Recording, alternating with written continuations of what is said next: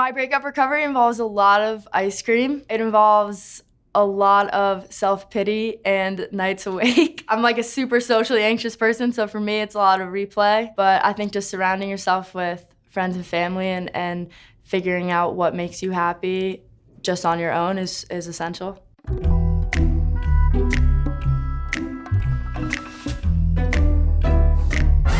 We got an email from Kygo's team when I was on tour, and we immediately figured out how in my tour schedule we could cut the song. Recording the song definitely took a long time.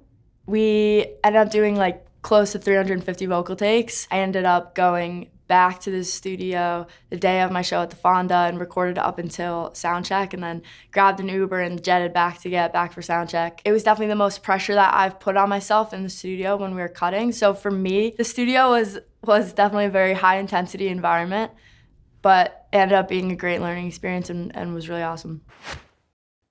7 months, 2 weeks, and 7 days since I left. Who's counting anyway? I think like the phrase "who's counting anyway" definitely refers to the fact that when you're recovering from a breakup, it's so easy to get lost and to lose track of tangible things, like how many days it's been, like your self-care, like literally just all the tangibles, because it's such like a whirlwind experience to be able to move on and get over something that was like so part of your routine and so part of your day-to-day. But for me, the only thing that's changed is the distance between New York and LA.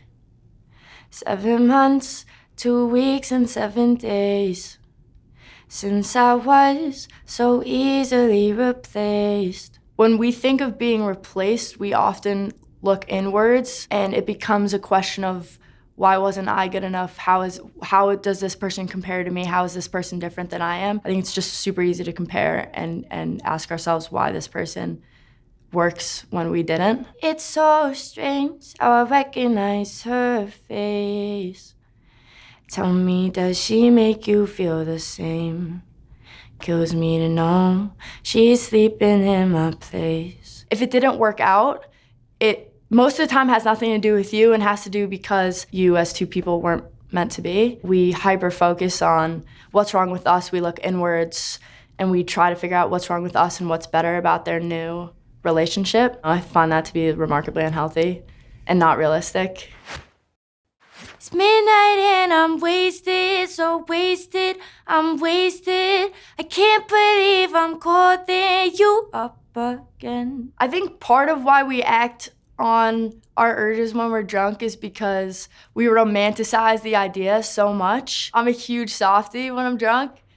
Definitely weak. I know I might be crazy, so crazy, I'm crazy. I can't believe I'm calling you just to say. Drunk calling people that I miss or love and want to talk to is definitely one of my weakest moments. When you're drunk, you think, wow, this is a great idea, and like it's fine because I'm drunk, and it's okay to do it because I'm drunk. I've definitely been on the receiving end, and when you're on the receiving end, all you can think to yourself is how much you never want to put yourself in that position. And then obviously when you're the one doing it, you're like, this is the greatest idea I've ever had. I'm not okay. I just called you to say, I'm not okay. I just called you to say.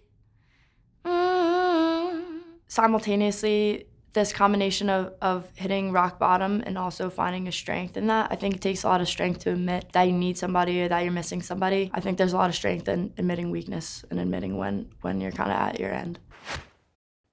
Medicate with whiskey and cheap wine, but that don't stop this train wreck in my mind.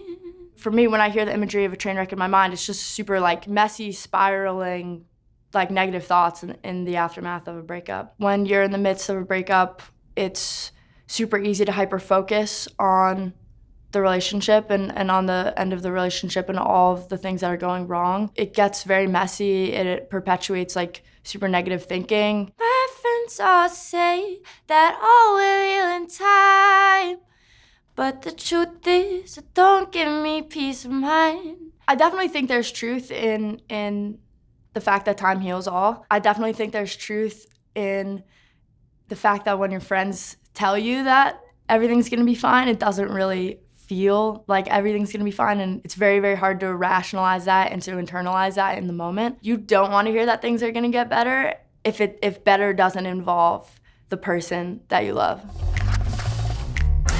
I think I really got the opportunity to hyper-focus on myself and hyper-focus on what I needed to feel like my life was fulfilling for me before I brought another person into that. So that's definitely my biggest breakup advice.